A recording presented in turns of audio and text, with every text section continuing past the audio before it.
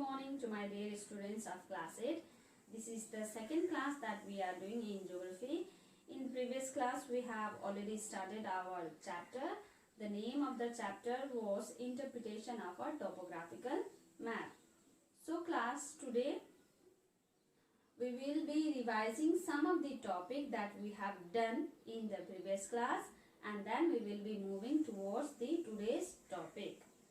In previous class, I have taught you what do you mean by topographical map, what do you mean by counter line, what do you mean by grid, and some of the features of the grid. Now let us revise it one by one. What do you mean by topographical map?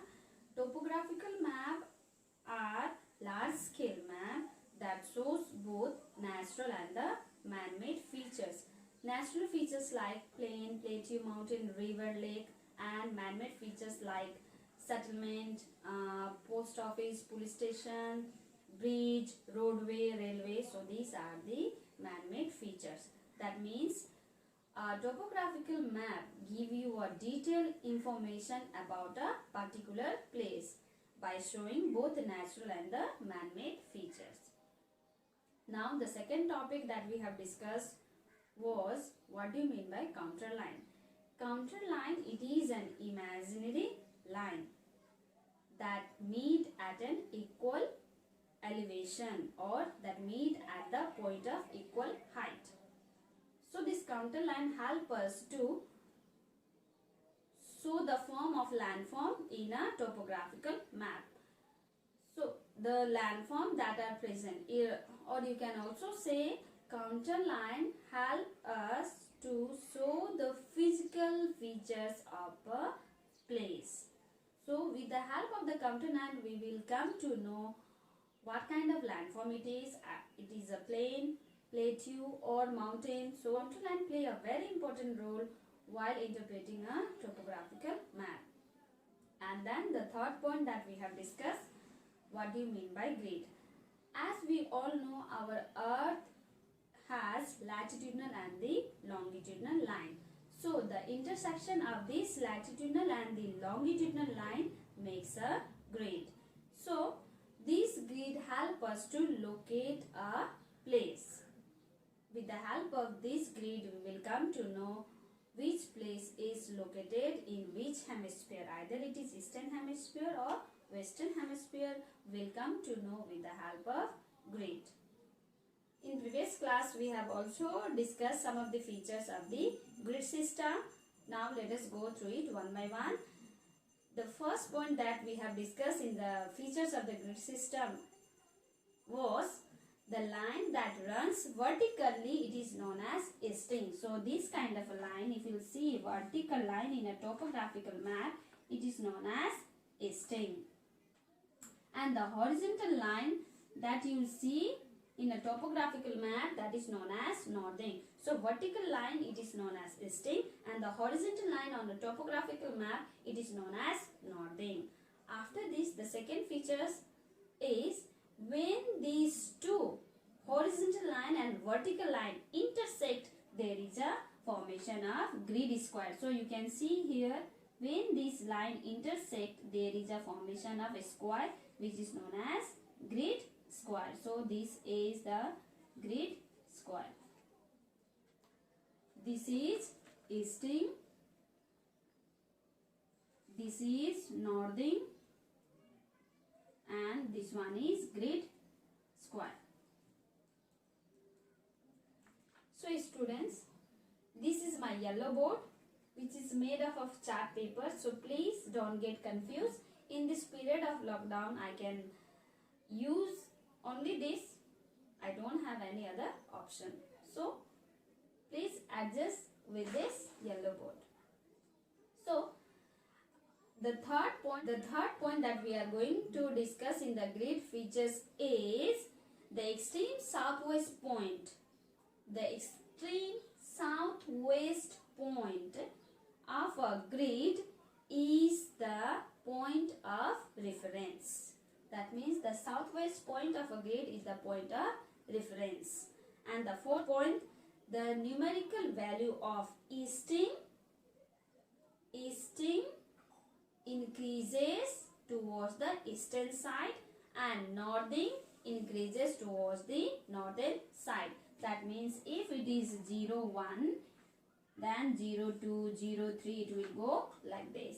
And about northing, if it is 0, 1, 0, 2, so when the easting is going towards the east, when the line of eastings are drawn in a topographical map, one line and another line, when it move towards the east, the number of line will increase 1, 2, 3, 4 like in this way.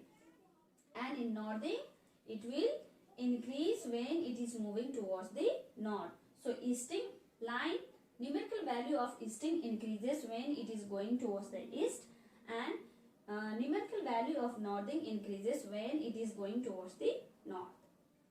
Now, the fourth point that we have discussed is, fifth point. The number that you will find in the easting and the northing is always written in a 2-digit number, 01, 02, 03, 04, 05 like this. This kind of a number you will find, only a 2-digit number you will find both in the easting and the northing. And the last point, there are two type of grid, 4 square grid and 6 square grid. In 4 square grid, as I have already told you, you will be first seeing the easting line. So if you want to mention this grid square, name the grid square. So 0, 1, this is the easting line, and then here again 0, 1, this is the northing line. So 0, 1, so this grid falls in 0, 1, 0, 1. And if you want to know the 6 square grid, you have to divide this grid with the 10 lines and then name the grid. We have come to know how to find out the 4 square grid. Now let me tell you how to find out 6 square grid. In 6 square grid, what you have to do, if you get a grid, you have to divide that grid with the 10 vertical line, easting, and 10 horizontal line. After that, suppose if a place is located here, then what you have to do, first you write the 4 square grid, 0, 1, give a gap, 0, 1. After this, if this place is located, now see the vertical line, after which line that place is located. If it is located after 2, then what you have to write? If it is after 2, suppose this place is here, the line 2 is here. So this line you have to refer. So it is 2 and it is about the easting, and then you have to see about the northing also, northing 3. So in this way you have to find out the 6 square grid. So this was about the previous topic. Now we will be discussing about the today's topic, and the today's topic is how to represent a relief features on a topographical map. Once again I repeat the topic, how to represent relief features on a topographical map. Today we will be learning how to represent like plain, plateau and mountain, how to represent on a topographical map. So let us go through it. There are several other methods which is used for representing a physical features on a topographical map, or there are several methods that depict the physical features on a topographical map, but counter line, it is the common method that is used to represent the height or depict a physical features on a topographical map. So in previous class I have given you the picture of counter line. Some I think you have understood because you have done in class 7 also, and those who have not understood, now let us go through it once again. So this is a counter line, and remember students, counter line are always drawn with a brown ink. So this is a counter line which is denoting a height of 300, 400, 500, 600. So this number here means it is a height of a place. The number denoting in a counter line represent the height of a place, and the line which is running in 300 means that all area covers the height of 300 meter, and the line which is running in 400, this all area cover the height of 400 meter, then 500 meter, and then 600 meter. It may increase. If the landform has the height of 600 meter, that is the last value, and the 300 meter, it is the first value. That means this this counter line has the height of 600 meter, that is the highest height, and the lowest height is 300 meter above the sea level. Okay, now what do you mean by counter interval or vertical interval? Counter interval means the difference between the two adjacent counter line. Difference between the two adjacent counter line. The counter line you can see with the height of 300, 400, 500. What is the difference of this line? The difference is 100. So in this map, the counter interval is how much? 100 meter. Counter interval or vertical interval tell you the difference between the two adjacent counter line. And another point, horizontal equivalent. Horizontal equivalent tell you about the distance between the two adjacent counter line, and the distance, actual distance between the two adjacent counter line will depicted by the horizontal equivalent. Horizontal equivalent, it is always calculated by the scale of a map. So class, in previous class, in class 7, we have learned there are 3 types of scale that is used in the topographical map: representative fraction, statement scale, and verbal scale. So I am talking about that scale. Horizontal equivalent is always calculated by a scale of a map. By the scale of a map, we can be able to calculate the horizontal equivalent. It is not same everywhere. Okay. Now another, the value of horizontal equivalent is less when the slope is steep and more when the slope is gentle. That means the value of horizontal equivalent is less when the slope is steep. That means steep slope has a less horizontal equivalent and the gentle slope has a high horizontal equivalent. Now, counter line on a topo sheet are made by the Survey of India, and this counter line on a topographical map, it is made by the Survey of India. Now, after this, let us move on to some of the characteristics of counter line. Counter line are drawn at a fixed vertical interval. So, counter line are drawn at a fixed vertical interval. For example, 20 meter.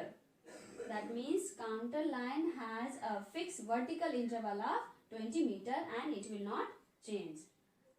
Second characteristics, counter line do not intersect one another. As you know that counter line do not intersect, that means is do not crisscross one another.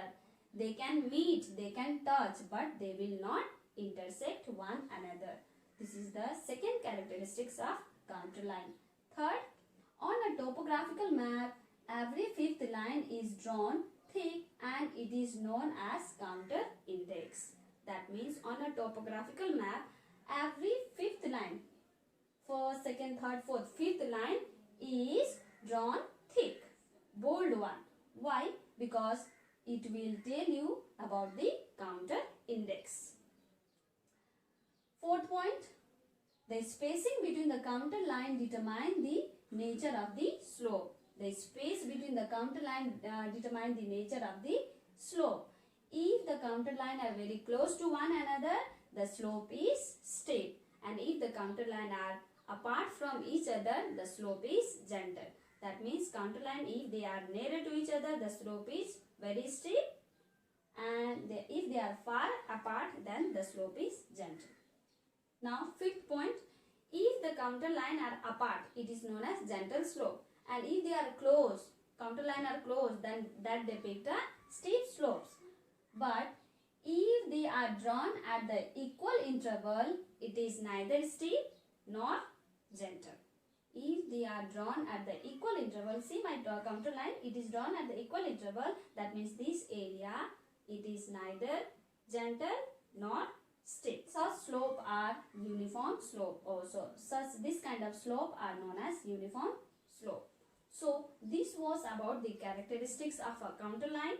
Hope you have understood. Now we will be discussing about how to depict a landform. As I have already told you, if the counter lines are very close to one another, it depicts a steep slopes, and if they are far apart, it depicts a gentle slope. So here you can see here, okay, 100, 200, 300. These landform represent a gentle slope.